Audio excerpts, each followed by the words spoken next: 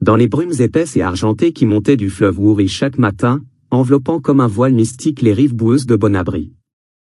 Un petit village blotti à quelques kilomètres de la frénétique Douala, la vie suivait un rythme ancestral rythmé par les marées et les klaxons lointains des taxis collectifs. Les pirogues creusées dans des troncs de fromager glissaient silencieusement sur l'eau couleur de thé fort, chargées de filets alourdis par des tilapias argentés.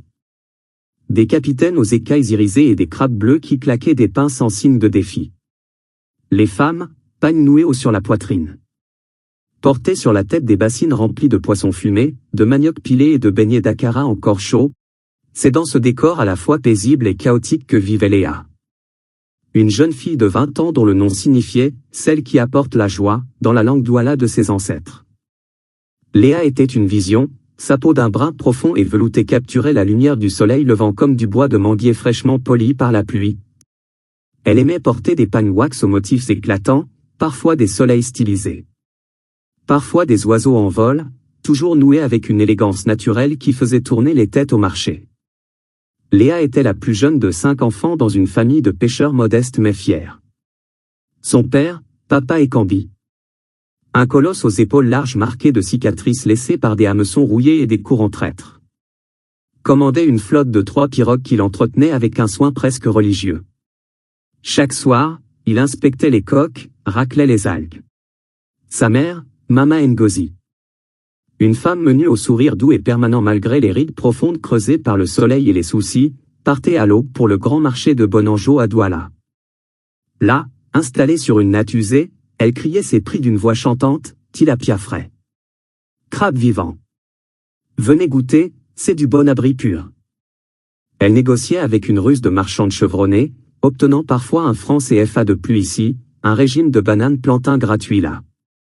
Dès l'âge de 8 ans, Léa accompagnait sa mère au marché, apprenant à reconnaître les acheteurs fortunés, à marchander sans perdre la face, à sourire même quand le poisson ne se vendait pas.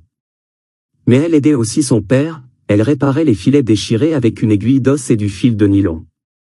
Préparait les appâts en mélangeant des vers de terre humide avec des miettes de manioc fermenté, et, quand la pirogue rentrait tard, elle chantait les vieux airs douala pour invoquer la protection des esprits aquatiques.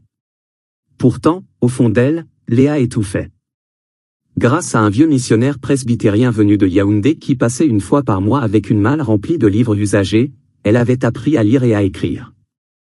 En cachette, sous la lumière vacillante d'une lampe à pétrole, elle dévorait des romans d'amour, des histoires de princesses rebelles, d'amants séparés par la mer. De cœurs qui triomphaient des obstacles. Ces pages jaunies nourrissaient un rêve secret, une vie où l'amour ne serait pas une transaction familiale, mais un feu libre. Brûlant et choisi. Un après-midi de juin, alors que le ciel s'était soudainement assombri. Léa descendit au marché central de Douala avec un panier débordant de crabes encore frétillants. L'air était saturé d'odeurs, poissons grillés sur des brassereaux. Puis l'averse tropicale éclata sans prévenir, transformant les allées en torrents de boue rouge. Léa courut se réfugier sous l'auvent d'un étal de tissu wax multicolore. Là, elle heurta violemment un jeune homme qui cherchait lui aussi l'abri. « Excusez-moi, mademoiselle » murmura-t-il en se baissant pour ramasser le panier renversé. Leurs doigts se frôlèrent un instant trop long. Léa leva les yeux et croisa un regard vert intense, presque irréel, un héritage rare d'un ancêtre peul. Disait-on dans sa famille. Il s'appelait Malik. 22 ans, originaire de Nkonsamba dans les hauts plateaux. C'est la pluie qui nous joue des tours aujourd'hui, répondit Léa, un sourire timide aux lèvres. L'averse dura longtemps. Ils restèrent côte à côte, parlant de tout et de rien. Malik raconta ses journées passées à réparer des carburateurs grippés, ses rêves d'ouvrir un jour son propre garage.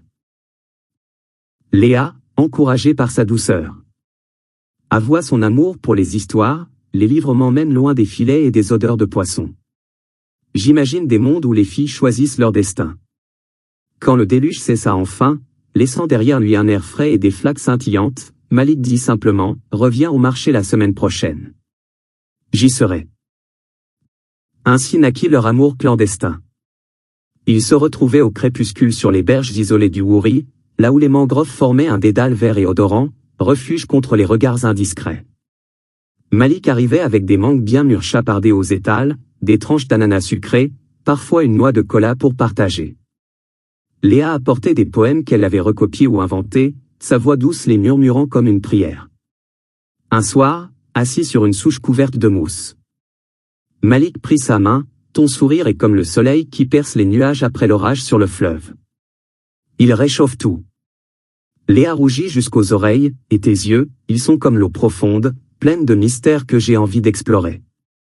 Ils s'embrassèrent pour la première fois sous un ciel violet strié d'étoiles naissantes, un baiser timide, puis passionné, qui fit trembler les feuilles autour d'eux. Malik promit, un jour, je t'emmènerai à Kribi. Nous marcherons sur le sable blanc, pieds nus, et nous construirons une vie où personne ne nous dira quoi faire. Mais les traditions solides comme les racines du fromager sacré, ne laissaient guère de place aux rêves individuels. Le drame éclata un soir après une pêche catastrophique. Les poissons, chassés par les rejets toxiques des usines pétrochimiques en amont, avaient déserté les eaux habituelles. Papa Ekambi rentra bredouille, le visage fermé, les épaules voûtées.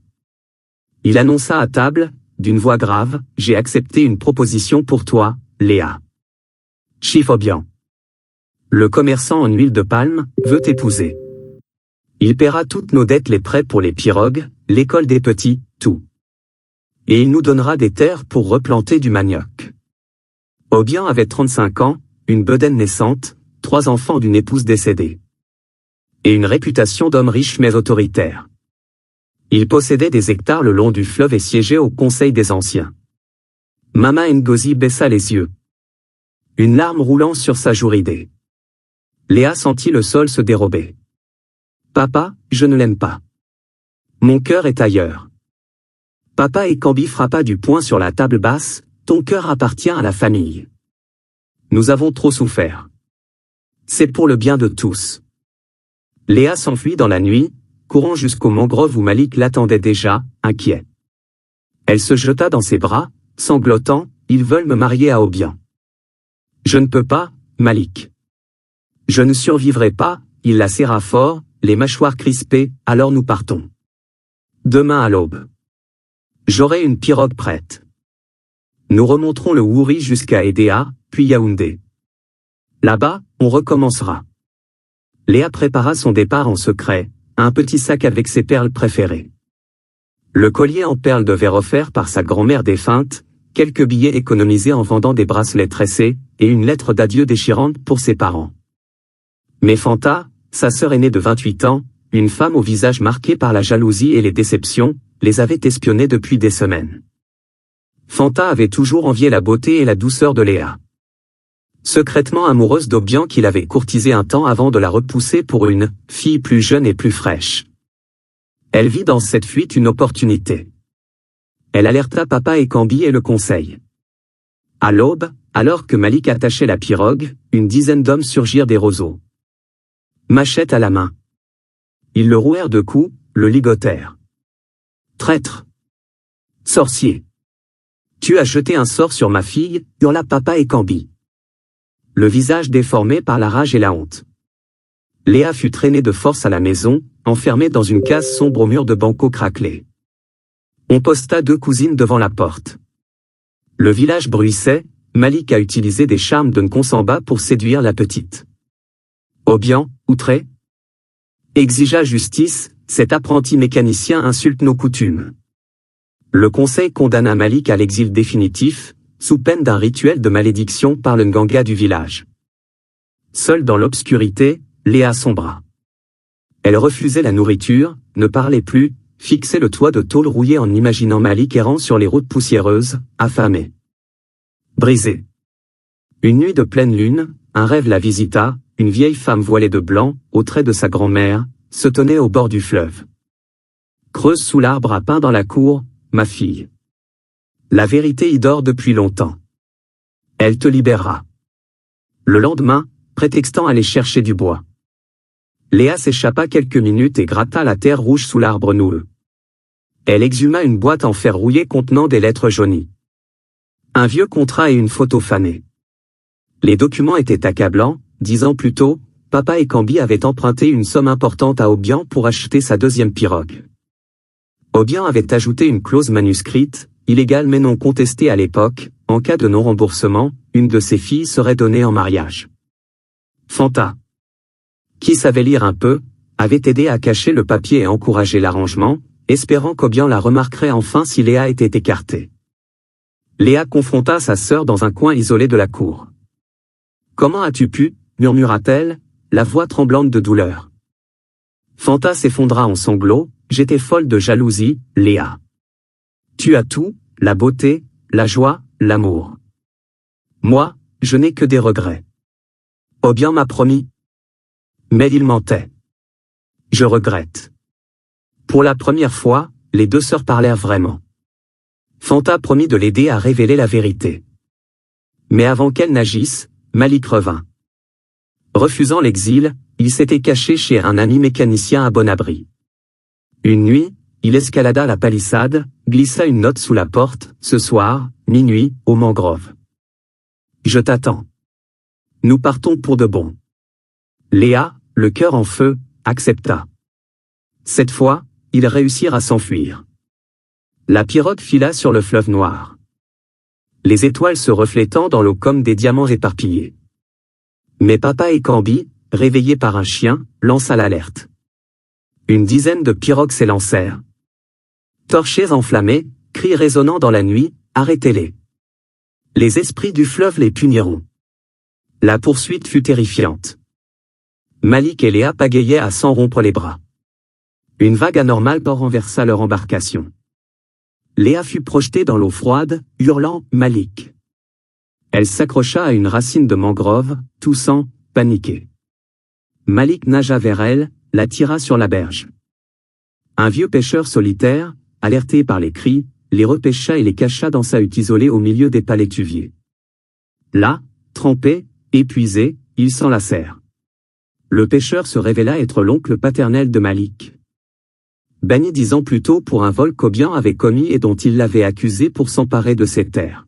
« Obian est un serpent venimeux », grogna l'oncle. « J'ai des preuves, des reçus, des témoignages. Ensemble, nous le démasquerons. » Ils retournèrent discrètement au village. Le jour du mariage arriva, la place centrale était décorée de lianes et de fleurs de frangipanier. Léa avançait, pagne rouge sang, perles scintillant. La foule était dense, le griot entonnait le chant nuptial. Soudain, Malik surgit de derrière le grand fromager. Brandissant les documents, les reçus de l'oncle et un enregistrement vocal clandestin d'Obian admettant ses manipulations. Arrêtez cette mascarade. Obian est un voleur.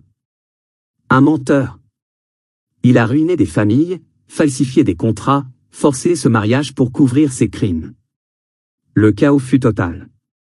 Obian hurla des ordres à ses gardes, mais la foule, choquée, se retourna contre lui. Fanta s'avança, tremblante, « C'est vrai. J'ai été complice par jalousie. Je ne peux plus laisser ma sœur souffrir pour mes erreurs. » Papa Ekambi lut les papiers, s'effondra à genoux, « Mon Dieu, qu'ai-je fait? Ma fille, pardonne-moi. J'étais aveugle, endetté, désespéré. » Le Conseil des Anciens, après un long débat houleux, bannit Obian pour 7 ans. Confisqua une partie de ses biens pour dédommager les victimes, dont l'oncle de Malik. Fanta reçut une punition symbolique, un exil d'1 an chez une tante à Kumba. Mais elle promit de revenir changer. Mama Ngozi serra Léa dans ses bras, « Tu as été plus forte que nous tous. » Quelques semaines plus tard. Sous le même fromager sacré, Léa et Malik se marièrent selon les rites douala, vin de palme versé sur leurs mains jointes, chants, danses, offrandes aux ancêtres. Papa Ekambi offrit sa plus belle pirogue comme dot, les larmes aux yeux. Mama Ngozi dansa comme une jeune fille. Ils s'installèrent à Douala. Dans un petit appartement près du garage de Malik, qui devint enfin patron. Léa travailla d'abord comme vendeuse, puis devint conteuse et animatrice dans une école communautaire. Racontant aux enfants des histoires d'amour, de courage et de vérité. Des années passèrent. Leur fille aînée, baptisée Ngozi en hommage à sa grand-mère, naquit par une nuit de pluie douce, comme un signe de bénédiction. Lors des fêtes de village, on racontait encore l'histoire de Léa, la jeune fille qui avait défié les dettes, les traditions, les trahisons, les courants traîtres du fleuve et les mensonges des puissants. À chaque fois, les auditeurs restaient suspendus, captivés, demandant, et ensuite? Que leur est-il arrivé après? Car dans cette histoire, comme dans la vie à Bon-Abri, le fleuve continuait de couler, emportant les drames et ramenant toujours, un jour ou l'autre, l'espoir et l'amour.